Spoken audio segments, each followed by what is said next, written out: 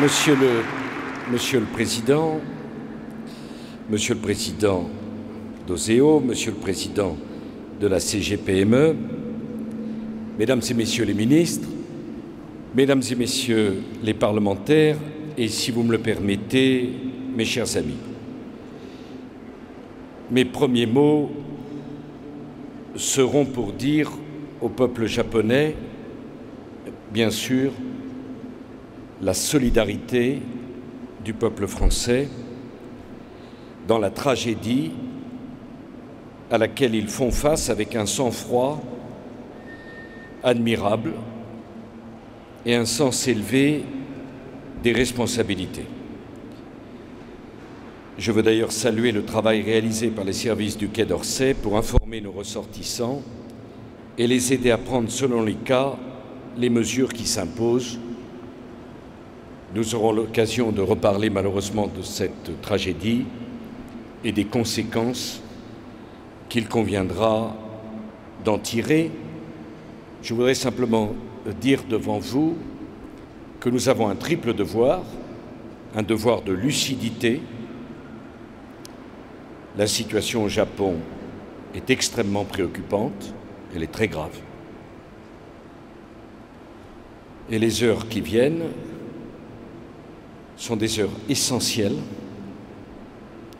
pour voir si nos amis japonais peuvent maîtriser la situation ou si malheureusement cette situation va en empirant. Un devoir de lucidité pour les pouvoirs publics dans le monde entier et naturellement en France. Il y a un deuxième devoir qui est un devoir de vérité sur les conséquences qu'il nous faudra en tirer. Et pour faire face à ce devoir de vérité, la transparence sera le maître mot de l'action gouvernementale. Et enfin, il y a un troisième devoir qui n'est pas le moins important, qui est un devoir de sang-froid. Quand il y a une crise, il faut avoir du sang-froid. Notre pays a fait des choix sur les 40 ou 50 dernières années. Des choix très importants, à la fois pour la compétitivité de l'économie française et également pour le respect des engagements que nous avons pris sur le rejet de CO2 dans l'atmosphère.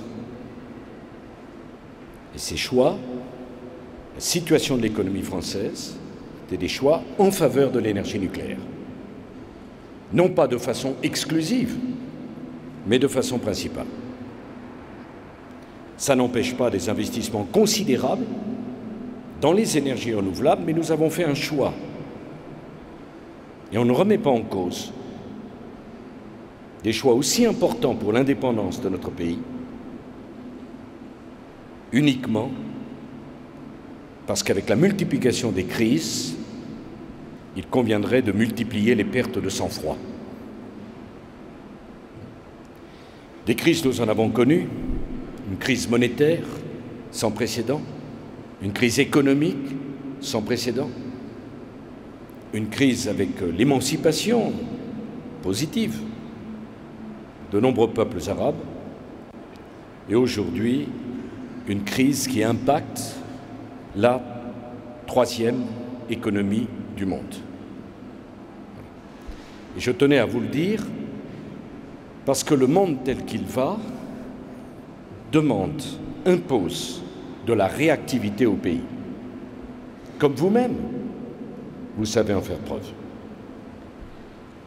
Et tout ceci, d'ailleurs, ne fait que me renforcer dans la conviction que le seul chemin possible pour la France, c'est celui des réformes pour améliorer notre compétitivité et pour faire que nous puissions rester ce que nous sommes dans un monde qui bouge à une vitesse stupéfiante. Alors, j'ai voulu être parmi vous parce que lorsque j'étais ministre des Finances, Jean-Pierre Denis s'en souvient certainement, nous avions créé ensemble OSEO. Aujourd'hui, l'essor de votre nouvelle communauté, Oseo Excellence. Déjà, quand j'ai vu que vous vous appeliez Oseo Excellence, je me dis, tiens, voilà des gens sympathiques. Vous n'avez donc pas peur de l'excellence. Vous recherchez l'excellence. C'est déjà une bonne nouvelle. On ne peut pas n'être fasciné que par le nivellement, que par l'égalitarisme, et ne vouloir mettre en valeur, à longueur de nouvelles, que ce qui ne va pas, que ce qui échoue. Enfin, je voudrais dire que si votre conviction est qu'il y a de la noblesse dans l'excellence et dans le succès, vous avez raison. Alors aujourd'hui, c'est donc votre action qui est mise à l'honneur. Votre présence démontre que l'on peut réussir dans notre pays, que la réussite n'est pas un gros mot, que la réussite est positive, que la réussite est synonyme de droiture, d'honnêteté, de travail, d'engagement, qu'il n'y a pas que l'échec qui est noble et honnête, la réussite aussi. Vous êtes le témoignage que l'on peut créer et développer son entreprise en France,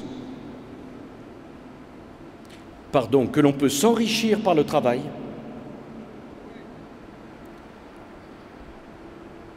que s'enrichir par le travail n'est pas interdit, que c'est même recommandé, parce qu'il n'y a pas de redistribution sans création de richesse, et que la création de richesse est fondamentale pour la redistribution, et qu'il n'y a pas de richesse sans production, et qu'il n'y a pas de production sans travail, que le travail n'est pas une aliénation, que le travail est une émancipation. On se libère par le travail, on s'aliène par le chômage. Le travail, l'effort, le mérite sont absolument au cœur des valeurs que doit développer, retrouver, encourager la France. Je vois en vous les représentants d'un capitalisme à la française, ce n'est pas un gros mot, un capitalisme familial, un capitalisme réactif, un capitalisme source d'innovation et d'emploi, au fond, un capitalisme, le vôtre, qui propose la seule véritable alternative à ce capitalisme financier dont nous avons vécu récemment les très douloureux errements. Il faut bien qu'on comprenne qu'il n'y a pas de prospérité sans production, il n'y a pas de production sans économie de marché, il n'y a pas d'économie de marché sans un capitalisme familial, entrepreneurial, et que le choix, il est entre le capitalisme familial, entrepreneurial ou le capitalisme financier. J'ai fait ce choix. Je veux dire le premier. En 2009, nous avons traversé, et je veux saluer l'action de Christine Lagarde, la crise la plus grave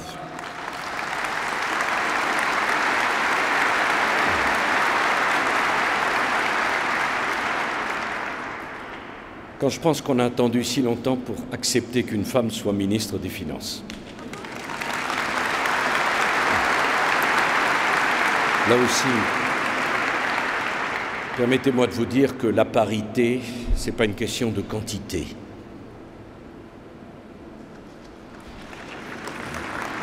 Et qu'avoir un gouvernement avec autant de femmes ministres que d'hommes ministres, si c'était pour confier tous les postes mineurs aux femmes et tous les postes majeurs aux hommes, ce n'est pas la parité. Et que je suis très fier d'un gouvernement dont, pour la première fois, une femme est ministre des Finances, une femme est ministre des Universités, et avec quel talent, chère Valérie Pécresse. Ce qui ne veut pas dire que l'action des hommes n'est pas digne d'Oseo Excellence, mais enfin, bon. Enfin, j'ai complètement perdu le fil de ce que je voulais vous dire, mais c'était très important pour moi de vous dire.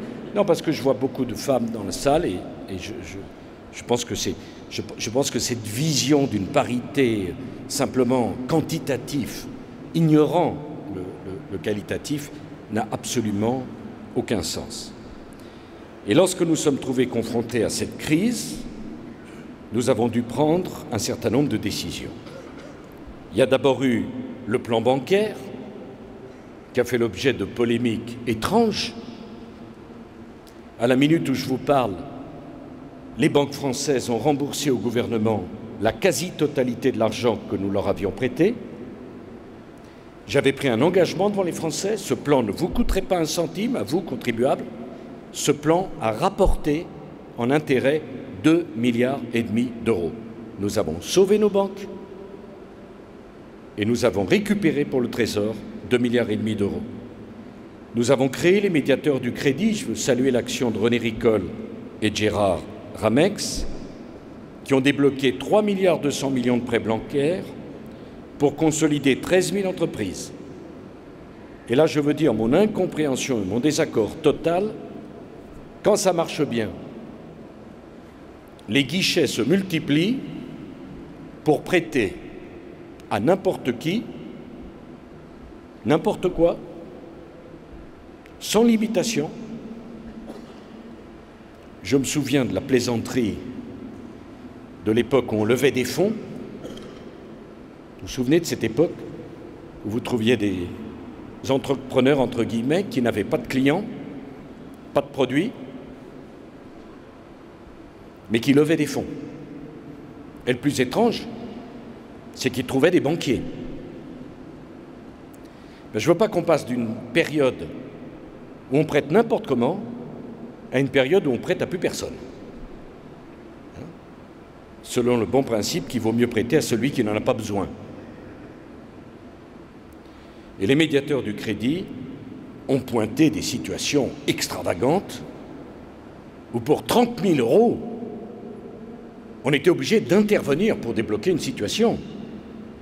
Quand il y a eu la bulle immobilière, puisque tous les 10 ans, grosso modo, on a une bulle immobilière, et qu'il s'agit d'acheter un terrain à n'importe quel prix, on ne demande pas l'avis du gouvernement pour débloquer un achat qui, visiblement, n'est que spéculatif.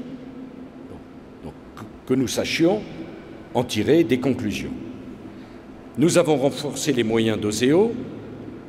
Oseo a soutenu 15 000 entreprises, 2009 et 2010, et nous enregistrons les premiers résultats de notre politique. L'économie a retrouvé la voie de la croissance.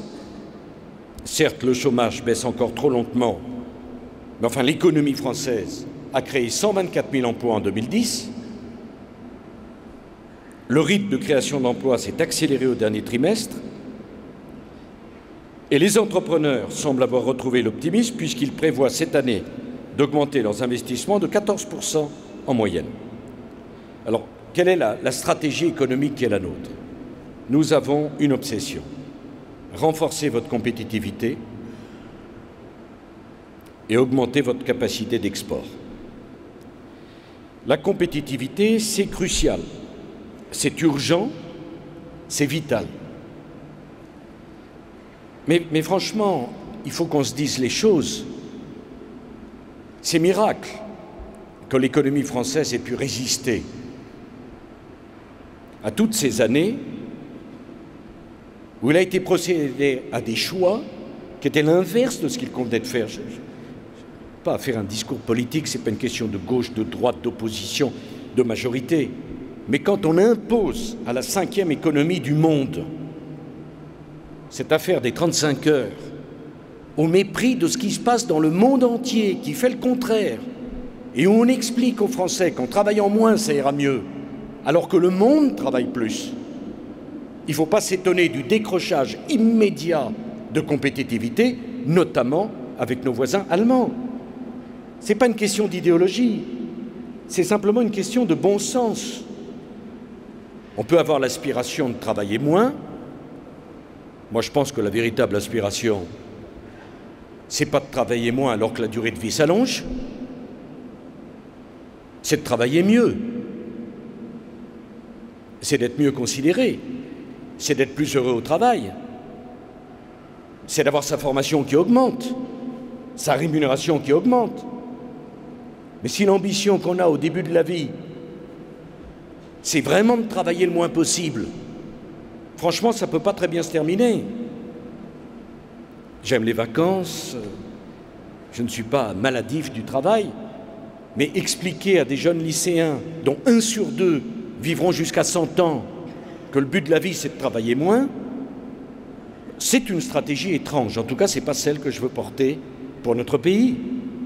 Or, le décrochage de compétitivité que vous avez subi, c'est très exactement daté de cet engagement étrange de 35 heures administratif imposé à la France au moment où le monde entier faisait tout différemment. Moyennant quoi, ça a été triplement négatif. Négatif pour les salariés, notamment dans les usines, qui ont vu leur salaire baisser. Négatif pour les entreprises, qui ont vu leur compétitivité baisser. Et négatif pour le budget de l'État, parce que l'État, naturellement, a dû compenser cette charge qu'il vous mettait sur les épaules. Et seul au monde. Et si vous rajoutez à ça le fait que nous sommes passés d'une retraite à 65 ans pour la ramener à 60 ans au début des années 80, alors que tout le monde savait bien que nous n'avions pas les moyens. Bon, si on explique aux gens qui travailleront moins longtemps dans leur vie et moins longtemps dans leur semaine, mais qu'en même temps ils vont vivre plus longtemps, comment voulez-vous que ça fonctionne ? Il n'y a quand même pas besoin d'être marqué au sceau d'une grande idéologie pour comprendre que ça ne pouvait pas fonctionner. Ça ne pouvait pas fonctionner. Et d'ailleurs, ça n'a pas fonctionné, puisque sur les 10 mêmes années, la France a perdu 1,5 million d'emplois dans les industries. Voilà le résultat. J'ai voulu qu'on tourne le dos à cette politique. Depuis 2007, les 35 heures n'existent plus que comme seuil de déclenchement des heures supplémentaires. Les heures supplémentaires sont décontingentées, défiscalisées pour l'entreprise comme pour le salarié. Et en période de crise, vous avez distribué 750 millions d'heures supplémentaires qui ont bénéficié à 5 300 000 salariés qui ne payent pas d'impôt dessus. Alors tout le monde me parle du pouvoir d'achat, je le comprends. Mais je ne connais pas d'autres moyens pour améliorer le pouvoir d'achat que de proposer aux salariés, sur la base du volontariat, qu'ils travaillent davantage. On ne peut quand même pas continuer à dire aux gens qu'ils gagneront plus d'argent en travaillant moins et que leur retraite sera financée en cotisant moins longtemps. Il me semble qu'il nous faut aller encore plus loin, que la compétitivité doit nous permettre de produire plus, d'embaucher plus, de distribuer davantage de salaires, et qu'il faut pour cela une politique globale. Alors, je n'ai d'ailleurs jamais cru qu'il y avait d'un côté l'idée d'un prélèvement sur les ménages et de l'autre les prélèvements sur les entreprises, qu'on pourrait augmenter indéfiniment. C'est le même contribuable. Parce que les ménages travaillent dans les entreprises. Et si on asphyxie les entreprises, on ne va pas améliorer la situation des ménages.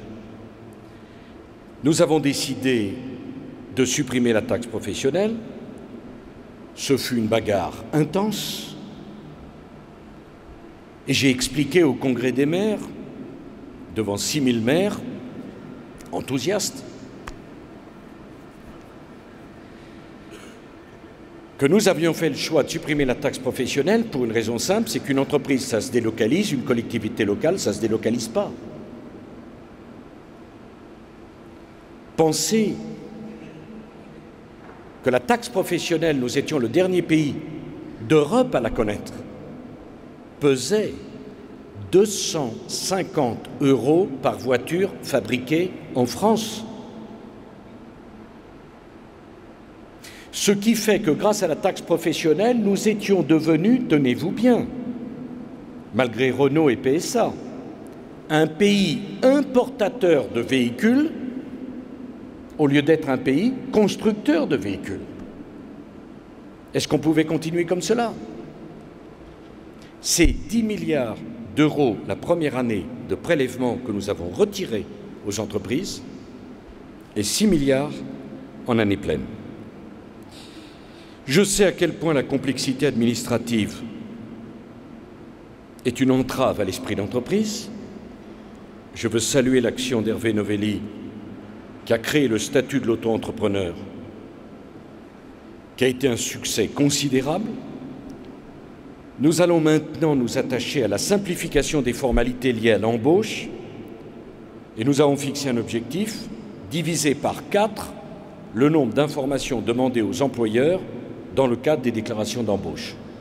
C'est déjà complexe pour vous de faire le choix de l'embauche. C'est un pari sur l'avenir.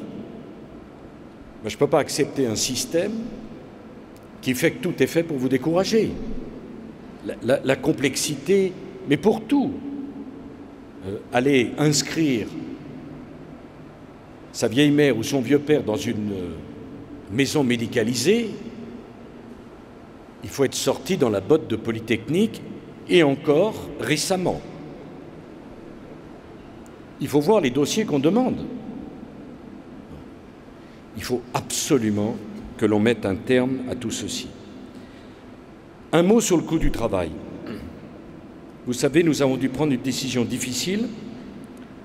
Depuis 2007, le gouvernement a refusé de donner des coups de pouce au SMIC. Pas un seul depuis 2007. C'est la première fois. Pourquoi? Parce que les coups de pouce au SMIC écrasent la hiérarchie des salaires. Et la négociation salariale n'avait plus aucune marge de manœuvre. Depuis 2007, le nombre de salariés au SMIC, pour la première fois, a diminué. Il est passé de 13,6% à 10,6%. Ça avait les salaires de rien, vous savez. Mais entre ça, pas de coup de pouce au SMIC, service minimum les jours de grève, réforme des ports, après des mois et des mois de discussions intenses, réforme des retraites, autonomie des universités. C'est un certain nombre de tabous où on expliquait que c'était impossible de faire avancer la France et de la réformer. Nous l'avons fait sans violence et sans blocage. Sans violence et sans blocage. On se demande pourquoi on a attendu si longtemps. Et les Français sont raisonnables. Mais pour cela, il faut simplement que le gouvernement croie suffisamment en ses convictions pour ne pas donner l'impression à ses partenaires que, ne croyant pas en ses convictions, il est prêt à lâcher avant même que ceux qui ne partagent pas ses convictions aient manifesté leur mécontentement ou leur désaccord, ce qui est tout à fait normal en démocratie. Qu'est-ce que j'ai entendu sur la réforme des retraites? Il y a 3 mois. Il suffisait d'ouvrir votre journal. Il était décrit une France au bord de la Révolution. 9 manifestations nationales. Je n'ai pas voulu céder parce que je considérais que c'était l'intérêt général de la nation de faire cette réforme. Et c'est mon devoir, l'intérêt général. Avez-vous vu, depuis 3 mois, un seul article dans la presse sur la réforme des retraites? C'est passé. Et les mêmes qui décrivaient la révolution en marche ont oublié qu'ils parlaient de la révolution il y a 3 mois. Je comprends que ça a été douloureux, et je comprends la mauvaise humeur. Mais qu'est-ce qu'on attend d'un président de la République? Pour moi, c'est quelqu'un qui doit prendre les décisions qui s'imposent. Parce que si on ne prend pas les décisions le moment venu, il faudra bien que quelqu'un les prenne plus tard. Et ça sera encore plus douloureux. Et j'ai préféré la mauvaise humeur des Français plutôt que leur colère le jour où on leur a expliqué qu'après une vie de travail, les retraites n'étaient plus financées. Or, d'ores et déjà, il y avait 1,5 million de retraités dont on payait les retraites par l'emprunt à la banque. Ce n'est pas la conception que j'ai de ce que doit être la France. Il faut prendre les décisions, comme vous les prenez. Alors, comme vous le savez, j'ai demandé au gouvernement que cette année soit une année utile. Nous avons engagé la réforme de la fiscalité du patrimoine. Je reçois beaucoup de conseils, notamment pour ne rien faire. C'est difficile. Mettez donc cette réforme de côté. Eh bien oui, c'est exactement ce qu'on m'a dit au moment de l'autonomie des universités. C'est exactement ce qu'on m'a dit au moment des retraites. C'est exactement ce qu'on m'a dit au moment du service minimum. Et c'est exactement ce qu'on m'a dit à chaque fois que nous avons voulu faire quelque chose d'utile et d'important. Donc je ne mettrai pas de côté. J'ai observé que ces dernières années, en Espagne, on avait supprimé l'impôt sur la fortune. J'ai observé que sur les 20 dernières années, en Allemagne, on avait supprimé l'impôt sur la fortune. Je n'ai pas observé que ça avait donné lieu à un combat titanesque dans ces pays, qui sont nos amis, nos partenaires et nos concurrents. Eh bien, la France va réformer tranquillement ces modes d'imposition du patrimoine. Nous rendrons les arbitrages dans les quelques jours, quelques semaines, mais je puis vous indiquer qu'il s'agira d'une véritable réforme. Et c'est extravagant que parfois les meilleurs esprits, avec plein de bonnes intentions pour moi, allez, un peu de poussière sous le tapis, ça fait pas de mal. Ça sera les autres. Plus tard. Toujours plus tard. Avez-vous remarqué, c'est jamais le bon moment, c'est jamais la bonne réforme et c'est jamais la bonne méthode. C'est toujours le bon moment pour faire un débat, suivi d'aucune conclusion, pour reporter un débat qu'on n'a pas pu terminer et pour défier une décision qu'on n'a aucune envie de prendre. Et ainsi va la France, accumulant les handicaps. Et vous vous trouvez face à des concurrents qui sont dans des pays où on fait tout pour vous faciliter la tâche. Donc nous conduirons naturellement cette réforme comme nous conduirons la réforme de la dépendance. Tout le monde sait, tout le monde le sait, qu'il va falloir prendre des décisions pour qu'on ne laisse pas des personnes âgées vivre et mourir dans l'absence de dignité de la personne. Et ces décisions, nous les prendrons. Alors, j'ajoute que dans les réformes que nous avons engagées, je veux dire ma satisfaction de voir la façon dont fonctionne le crédit impôt recherche, dont nous avons triplé le montant, 8000 PME indépendantes en bénéficient. Ça a été un fameux débat au Parlement, je le dis devant mes amis parlementaires, mais je voudrais vous conter une anecdote qui est tellement révélatrice. Quand je suis devenu président de la République, j'ai bien vite vu que l'un des problèmes de la France, c'est que nous n'innovions pas assez et nous n'investissions pas assez. J'ai donc essayé de trouver, avec la ministre, un système qui vous permette d'innover davantage et d'investir davantage. Et ce fut le triplement du crédit impôt recherche. Au bout de 6 mois,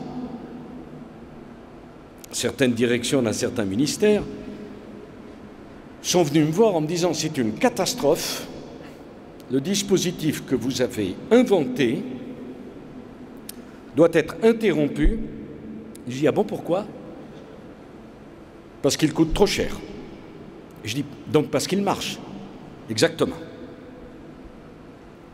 On a l'impression que dans certaines administrations, on aime les dispositifs fiscaux qu'à la condition qu'ils ne marchent point. Et que là-dessus, il n'y a aucun inconvénient. Si le crédit impôt recherche n'avait pas fonctionné, bref, si on l'avait laissé le complexifier,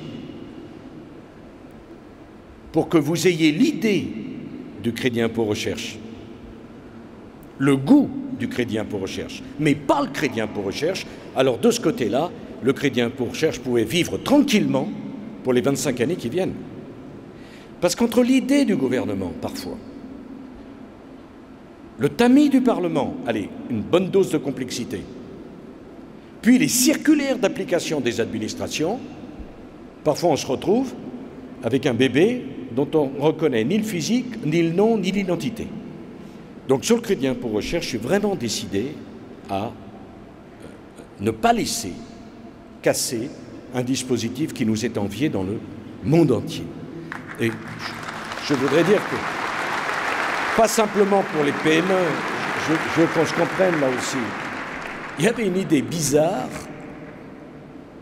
au Parlement, j'ai oublié celui qui portait cette idée bizarre. Il y a des moments où il vaut mieux avoir un peu d'amnésie, qui indiquait qu'il fallait réserver le crédit impôt recherche aux PME. C'est une idée. Non, permettez-moi. Si une grande entreprise veut investir un centre de recherche en France, je ne vois vraiment pas pourquoi je devrais l'en dissuader. Je préfère qu'ils investissent en France plutôt qu'aux États-Unis ou ailleurs. Et si les grandes entreprises créent des centres de recherche en France, c'est bon pour le tissu de PME autour de ces grandes entreprises. Ensuite, on avait une autre idée. Il fallait en réduire l'assiette. C'était devenu tellement compliqué. Pour les cabinets d'experts comptables, ça pouvait fonctionner, cher René Ricol, mais pour une PME, plus personne ne pouvait s'en servir.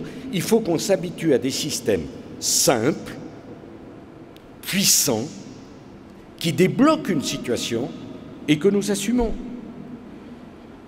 Il me semble qu'il en va de même pour la formation. Il faut absolument développer l'alternance.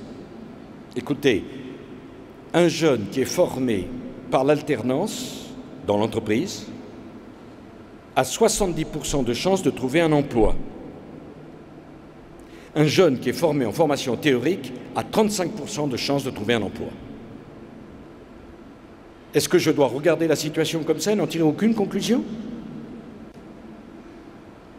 J'ajoute que les 2/3 des jeunes Allemands sont formés en alternance, 1/3 des jeunes Français sont formés en alternance. Il est là, le problème de la France. Il faut donc ouvrir les portes de vos entreprises à l'alternance, passer à la vitesse supérieure et inciter les PME à embaucher des apprentis au travers d'une exonération de charges sociales. Je crois qu'il est absolument essentiel que l'on comprenne cela. Sur l'export, nous avons apporté à Oseo 2,5 milliards de moyens supplémentaires dans le cadre du programme d'investissement d'avenir, 2,5 milliards. Plus 400 millions pour renforcer les fonds propres d'Oseo. Et les premiers résultats sont au rendez-vous. Oseo, en 2010, a soutenu 80 000 entreprises, 29 milliards de financement, c'est 16% de plus qu'en 2009. Donc, moi, j'aimerais bien qu'on n'ait pas besoin d'Oseo. Mais compte tenu de ce qu'est le réseau bancaire français, je ne regrette pas d'avoir, à l'époque, créé Oseo. Je suis désolé. Alors, qu'on ne vienne pas... J'assume... Non. Je veux que les choses soient claires. J'ai rien contre les banques. D'ailleurs, dans ma situation, il faut avoir rien contre personne. Mais, quand on a créé Oseo, c'est parce qu'on a bien vu qu'il y avait un fantastique problème de financement. Donc moi, que les réseaux bancaires traditionnels développent leur financement, et à ce moment-là, on peut reparler d'Oseo. Mais moi, je ne me contenterai pas de discours. Avec Oseo, on a un moyen puissant pour soutenir les PME. Les contrats de développement participatif sont destinés à répondre à vos besoins de fonds propres, tout en conservant la maîtrise de vos entreprises. 1000 dossiers ont déjà été approuvés. Cet instrument, nous le maintiendrons et OSEO, je vous l'annonce, pourra mobiliser une enveloppe supplémentaire de 1 milliard de prêts participatifs en plus. En plus. Là encore, on a hésité parce que, si vous voulez, qu'est-ce qu'on essaie de faire? Ce n'est pas de l'idéologie, encore une fois. Vous savez, je ne suis pas obligé de lire Adam Smith tous les matins ou Ricardo. Tout ça, c'était bon pour le XXe siècle. Aujourd'hui, c'est beaucoup plus compliqué. Il faut réinventer des pratiques économiques parce que tout a changé. Et nous avons vu, avec Christine, que très rapidement, le problème des prêts pour vous, c'était une des questions, mais qu'il y avait le problème des fonds propres ou des quasi-fonds propres. Mais en même temps, nous avons vu que vous vouliez des fonds propres et des quasi-fonds propres, mais que vous entendiez rester patron chez vous. Ben, disons qu'il y avait un enthousiasme pour s'ouvrir qui demandait... enfin bref. Donc, avec les contrats de développement participatif, on répond à vos besoins de quasi-fonds propres sans changer ce qui fait la force de vos équipes, c'est-à-dire un leader, un projet, une équipe. Non, ça vaut, je parlais pour vous, hein, je ne parlais pas pour un autre cadre. Bon, c'est vraiment vous. Hein. Je veux dire l'excellence OSEO. Je ne veux pas dedans, mais un leader, une idée, un projet, une équipe. Et que certains d'entre vous renonçaient à s'ouvrir à d'autres fonds dans la crainte, parfois justifiée, de ne plus pouvoir être en situation de leadership de son propre projet. Eh bien, moi je pense que ces contrats de développement participatif, ça marche, il y en a plus de 1000, on a décidé de rajouter de l'argent. Par ailleurs, nous avons demandé au FSI de soutenir, le Fonds souverain à la française, de soutenir davantage les fonds propres des PME. Nous avons créé de nouveaux instruments d'intervention, les obligations convertibles, le Fonds de consolidation et de développement des entreprises. Le FSI va rajouter 400 millions d'euros pour prendre des participations. Là encore, quand nous avons créé le Fonds souverain à la française, que n'ai-je entendu? J'avais oublié mes fondamentaux, je voulais socialiser le... Vous vous rendez compte? Moi. C'était vraiment cruel, ça, parce que franchement, c'était pas... J'accepte le procès, mais ce n'était pas dans mon idée, je vous le dis, franchement. Hein. Mais quel a été notre raisonnement? Quand la bourse s'est écroulée, nous nous sommes dit, des capitaux étrangers vont ramasser les fleurons industriels et entrepreneuriaux français à vil prix, et on va se réveiller, sortis de la crise, parce qu'on sort toujours de la crise, avec nos plus belles entreprises qui seront parties. Et c'est pourquoi nous avons créé le FSI, 20 milliards d'euros, pour prendre des participations, aider des grands groupes à se défendre.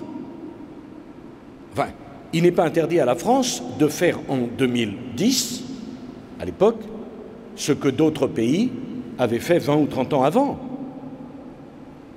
Quand même. De la même façon, quand nous avons fait le grand emprunt, un certain nombre de gens qui ont dit « mais il est devenu fou, le pays est endetté, il emprunte ». Mais ce n'est pas l'emprunt qui a un problème, c'est on emprunte pourquoi?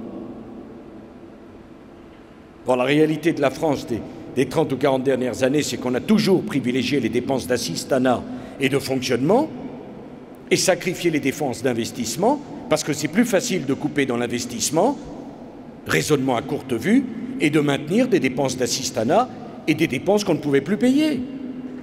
Et donc ces 36 milliards d'euros sur l'investissement vont nous permettre d'aider à développer la voiture électrique, d'aider à développer le moteur du futur pour l'aviation, d'aider à développer nos universités quand même.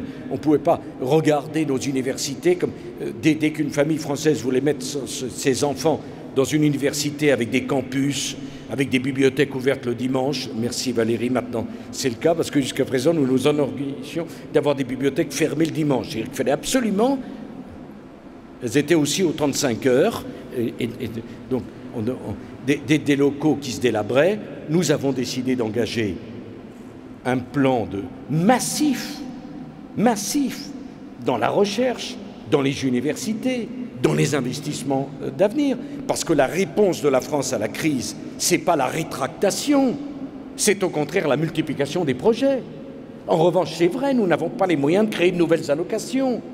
C'est vrai, nous n'avons pas les moyens de créer de nouvelles dépenses de fonctionnement. C'est vrai, je l'assume, nous avons supprimé 135 000 postes de fonctionnaires parce que nous n'avons pas les moyens. Mais en revanche, il faut investir pour élargir les possibilités de croissance dans notre pays. Alors je sais bien, c'est très difficile parce que les postes qu'on ne renouvelle pas, ça fait mal tout de suite.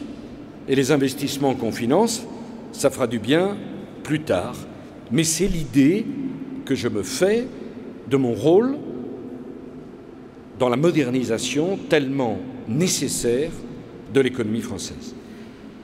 Voilà, mesdames et messieurs, je voudrais rendre hommage également au travail du Bifrance, qui a triplé le nombre d'entreprises qu'elle accompagne à l'international, et rendre hommage au travail de Pierre Lelouch. Je voudrais en terminer en m'excusant d'avoir été trop long, en vous disant ceci. Qu'est-ce qui a changé? Ce qui a changé, c'est qu'il y a un siècle, les grandes nations du monde étaient assurées de rester en première division. Au fond, quels que furent leurs choix.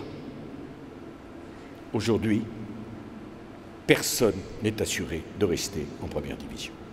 Il faut le mériter, il faut le vouloir, il faut l'organiser.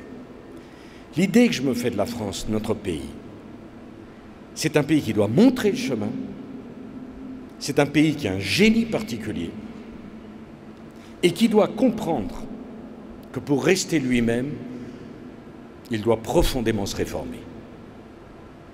Que nous ne pouvons pas faire abstraction des efforts que font les autres. Que si nous ne faisons pas les efforts nous-mêmes, nous serons décrochés, nous aurons moins d'emplois, nous aurons une moins bonne formation et nous ne serons plus la France. Et si nous voulons d'ailleurs être écoutés dans le monde, faire partager nos idées, la régulation de l'économie de marché, nous devons montrer l'exemple. Pourquoi nous étions moins écoutés? Parce que les gens disaient, les Français ils parlent bien, mais ils ne font pas ce qu'ils demandent aux autres de faire. Vous l'avez jamais entendu ça? Et ce que nous essayons de faire, c'est de dire aux autres, voilà, on vous dit simplement, regardez ce que nous faisons. La France change, la France se modernise, la France est accueillante aux investissements des autres. La France veut vivre, veut se développer, veut donner de l'emploi. La France veut être dans l'excellence. La France ne veut pas être dans la médiocrité. Et pour cela, la France, elle a besoin de vous. Je vous remercie.